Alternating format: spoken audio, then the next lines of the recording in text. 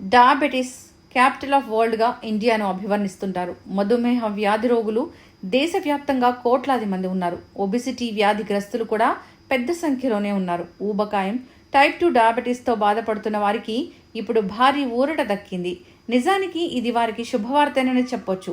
ఈ సమస్యల పరిష్కారానికి ఒక కొత్త ఔషధాన్ని భారత్కు చెందిన ఎలీ లిల్లీ అనే సంస్థ తీసుకువచ్చింది. ఈ ఔషధానికి central drugs standards control organisation CDSCO అనుమతి కూడా లభించింది. మౌంజారో బ్రాండ్ పేరిట ఈ డ్రగ్ మార్కెట్లోకి వచ్చేసింది. ఇది సింగిల్ డోస్ బాటిల్లో దొరుకుతుంది. ఇక ఈ మందు రక్తంలో చక్కెరను, జీవక్రియను నియంత్రించేందుకు తోడ్పడుతుంది.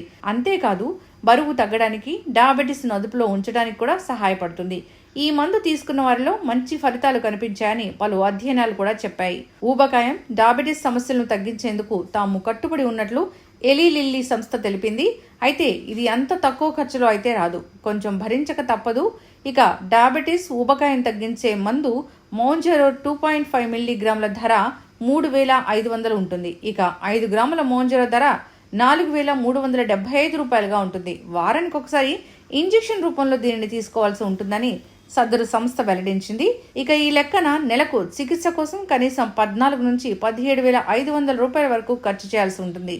మరోవైపు ప్రాణాంతకంలో మారిన స్థూలకాయం, మధుమేహ వ్యాధులకు మందు రావడంతో చాలా మంది దీన్ని దక్కించుకునేందుకు పోటీ పడుతున్నారు. డయాబెటీస్, ఒబెసిటీ సమస్యల నుంచి బయటపడాలని ఉవ్విళ్లూరుతున్నారు.